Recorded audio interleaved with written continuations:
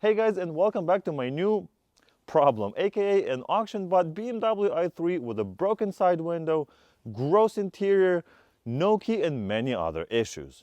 In this video, I will go over the reasons why I bought it, the very difficult process of getting a car delivered that doesn't run, and I will show you what it looks like now before I do any work to it. Let's get to it. Before we get into why I wanted a BMW i3, let's talk about a little bit of history and what makes it special. It would also be very special if you hit that like button to help the channel grow. Anyway, the BMW i3 is very unique in the BMW world and even other brand lineups, as it was specifically designed to be an electric city vehicle. The designers and engineers had lots of freedom on what they could do with it, and that's why it has such a unique look, unique specs, and even options. The i3 is a rear-wheel drive BMW hatchback that's made out of carbon fiber, which is incredibly light and yet incredibly stiff. The car weighs only a little over 3,000 pounds, including the range extender, which is like 500 pounds lighter than the equivalent Nissan Leaf. It has a small footprint, but also a lot of interior space that you would just not expect on a small car like this. For what it is surprisingly nimble, agile, and fun to drive at low speeds. It doesn't confine to a set of predefined rules on the inside either. As you can see, exposed carbon fiber reinforced plastics, lots of sustainable material, and revolutionary design that many modern cars are now copying into their own models. Don't get me wrong, there are many negatives and problems with this car, and I will make a video talking about those in the future. But for now, let's talk about why I bought this BMW i3. Of course, this isn't the fastest or longest range EV you can buy, but there is something about it that I have always found very interesting. Not only is it very unique and quirky, but it also breaks the BMW standard that I'm so used to, and I wanted to see how it feels to experience that. I've always liked small, fun cars, and that's what I've had: the Mini Cooper S, a Fiat Abarth, and I currently daily a BMW Z4. So this BMW i3 will perfectly fit my curiosity, and now that the depreciation has done its job, I can comfortably get it as a project car. Even if you were to buy one that's in perfect condition, you can still easily get one under 20,000 bucks. Of course, that isn't cheap, but considering that these sold for over $50,000 when new, you are getting a bargain. I got this car at auction without a key and not knowing if it will actually run or even start, so I got it for half of what I should have paid in retail. So in my case, it's a $50,000 car that I got for cheap. And yes, I said cheap, and I know people will complain, just like they did in my Mini Cooper video, calling this car cheap. How can you call this car cheap? Well, it was cheap because, when you pay almost a tenth of the price of the new car, that's not expensive in my book. You're still getting your very cool features for the price. And of course, it was expensive when it was new, and the maintenance on these cars will be that of an expensive vehicle. But if you're willing to accept an example like this, like what I have here, and I will show you a little bit closer, and do some of the work yourself, it is very affordable. If it hasn't been very clear from the outside shots you have seen so far, this car was not really well taken care of. But anyway, let's go back to another reason why I wanted to get a BMW i3. And that is because they are no longer selling these new. BMW has switched their concentration to the new generation of electric vehicles with funny grills and large SUV sizes. To each its own, but I prefer the quirky looking BMW i3 to the look at me and my face BMW iX and i4. The i3 is also unique in that it has a gas generator on the rear axle, and I don't think we will see many new cars sporting this option. I find it fascinating in how it works and possibility of adding range. We'll talk more about how cool that is in the future. My next reason for getting this BMW i3 is that it gives me an opportunity to learn something that I have no experience with. Yes, in the past I have worked on many BMW engines, and I've actually rebuilt a couple of engines, and I've done mechanical work, but I feel like this is so different. This will allow me to try and experience something I haven't had a chance to play with before.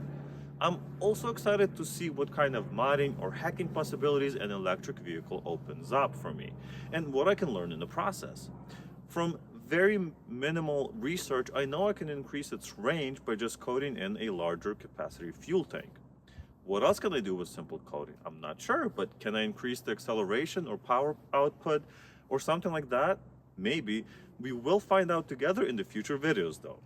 That's what makes it an interesting project for me. It's an opportunity to learn and educate myself on something that I'm not familiar with and just have fun with it. All right, so I think you guys understand why I wanted this car, but why did I get this one specifically? Well, because it was cheap and it was an auction, but now we're starting to see why it was cheap, right? So the paint is definitely in bad condition. There's key scratches on the other side and everything else, but you will also notice that this glass is missing. Well, why is it missing?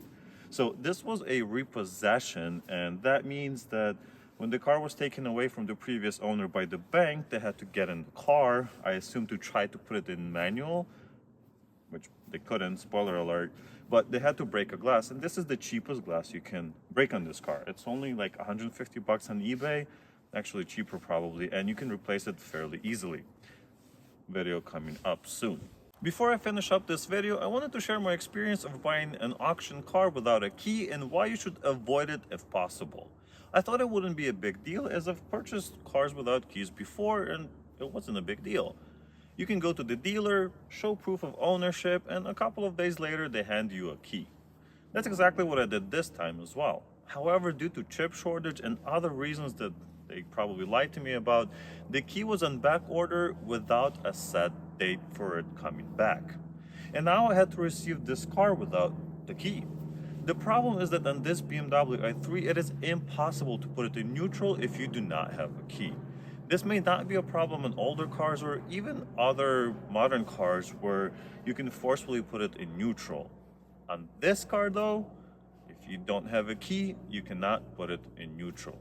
And this meant that when the 18-wheeler showed up with the car, I had to figure out how to pull it off the truck. I had to attach this i3 to my BMW Z4, yes, my BMW Z4, chalk the wheels on the Z4 and have the truck driver slowly drive forward, dragging the i3 off of the trailer. It was one of the craziest and sketchiest deliveries that I have ever done. And after that ordeal, I still had to use my rear-wheel drive convertible to pull the car from the street onto the driveway with the rear wheels completely locked up on the i3. Well, this has been a little bit of a nightmare. The rear wheels don't turn, I don't have a key. I'm using my actual Z4 to pull the car in. Oh man, why did I do this to myself?